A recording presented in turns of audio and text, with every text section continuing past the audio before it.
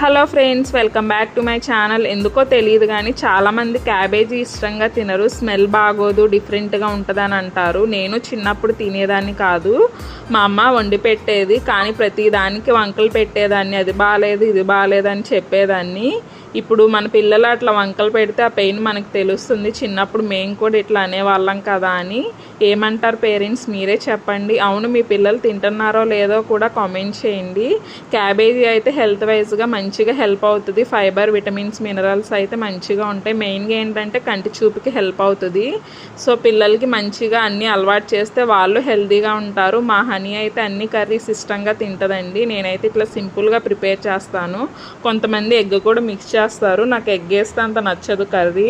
So నేనైతే ఇట్లా సింపుల్గా ప్రిపేర్ చేసేస్తాను. ఒకవేళ మీ పిల్లలు తినకపోతే అలవాటు చేయండి ఏదో రకంగా. వీడియో నచ్చితే సబ్స్క్రైబ్ చేయండి, లైక్ చేయండి, షేర్ చేయండి. బాయ్.